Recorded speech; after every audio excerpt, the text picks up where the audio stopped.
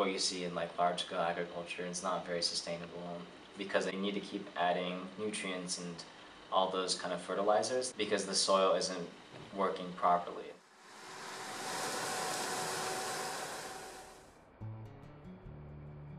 A lot of people don't realize, like, when you care for the garden, you're not caring just for the plants, but for the actual life that lives in there, not just like the birds, butterflies, but also the soil, which is also living.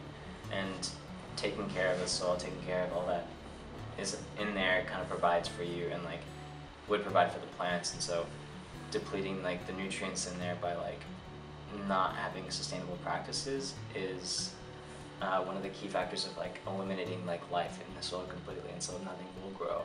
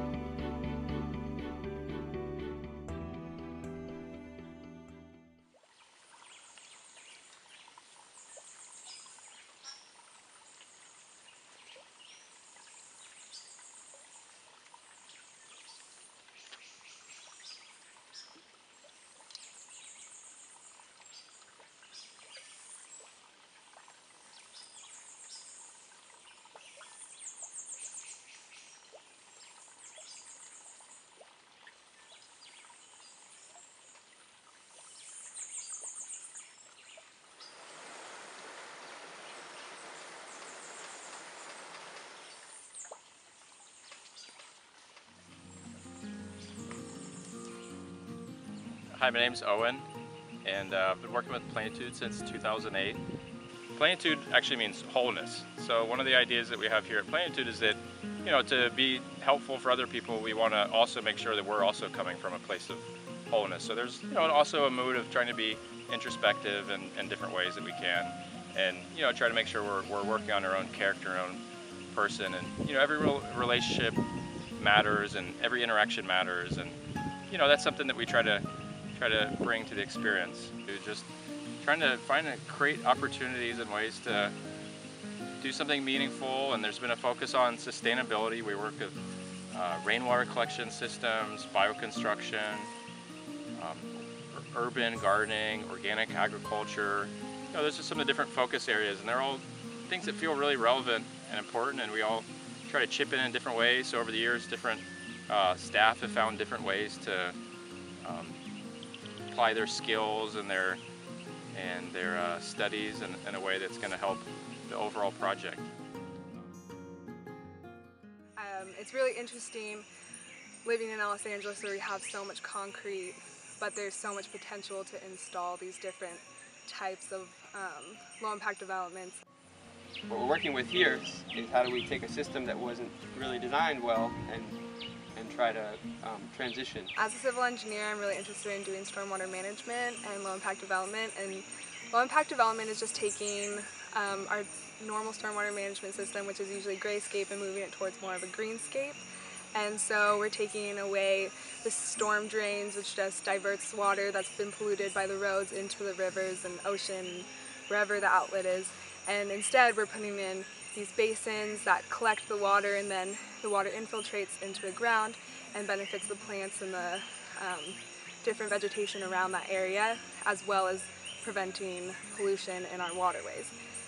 So yesterday I did a gray water basin. So we were taking the water that was going from the sink, and it was, instead of putting it directly into the septic tank, we actually diverted the water into a basin, which we layered with a bunch of different things like cardboard and bamboo and banana leaves and all of these different things. And so the water goes in and it runs through all of these different layers, and it actually benefits the plants around it because it's providing water and nutrients to those plants. And then eventually the different layers will break down and become mulch that we can use for gardening. Another challenge of living in an urban environment is how we can think about being more water conscious on an apartment or household scale. And so we learn how to create this self-watering planter that's very water conscious and is also designed to be in a small space. So the construction of this planter is quite simple. It requires 2 5-gallon buckets, a PVC pipe, and a leftover yogurt container. First, you begin by drilling several holes in a standard PVC pipe. Similarly, we took a leftover yogurt container and drilled holes in the side and the bottom of that container. In one of the 5-gallon buckets, we used a jigsaw to cut out 2 holes just big enough to fit the PVC pipe and the yogurt container. After assembling the 3 parts and placing them into the second 5-gallon bucket, the soil is poured in and the plants are planted as they would be normally. To water the plants, simply place the hose directly into the PVC pipe. The water will travel down the pipe and into the reservoir you've created between the 2 buckets, which will act as a water storage system. The water will then be absorbed into the soil through the holes in the yogurt container and make its way to the roots of the plant. Creating this reservoir not only means that you will have to water your plants less often, but watering the plants from the roots up encourages the plant's roots to grow deeper into the soil, making them stronger as well. Living in Los Angeles in an urban drought area, I think learning how to create this planter that's water conscious and it works and it fits, and that to me was something that was awesome to see, something that we really could take back right away to Los Angeles.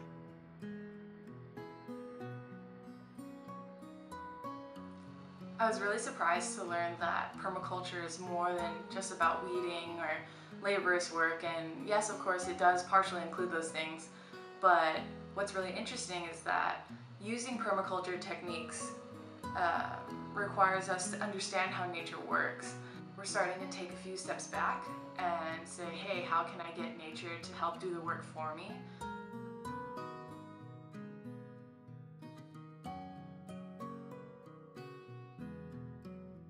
Gardens can be unsustainable. You can have gardens that are water intensive, have gardens that don't go by the seasons and don't, that doesn't necessarily mean that you have a healthy garden if you just plant stuff. It doesn't mean anything. So what we're very conscious of here at the Lions Garden is to make sure we employ techniques that are resilient and are adaptive to our current conditions, and especially being in such a bad drought right now, we want to adapt to that kind of situation, not only through drought-tolerant crops, but through techniques that employ sustainability in working with the environment and finding ecological methods to adapt to the situation. So at the garden, what we try to do is revert back from doing those type of traditional farming practices and kind of restore nutrients naturally.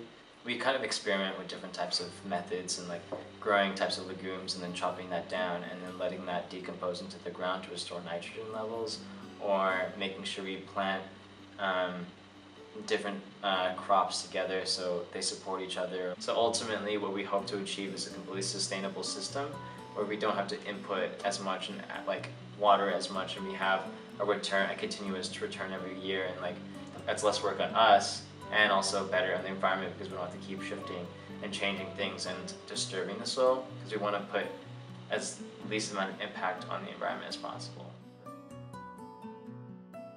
Really blessed. Every year I'm always overwhelmed to see the passion and the maturity of the young people that come through the program and their efforts to try to make a meaningful difference in some kind of way. And we were having a discussion earlier about the challenges and how difficult it is to try to make a difference a lot of times.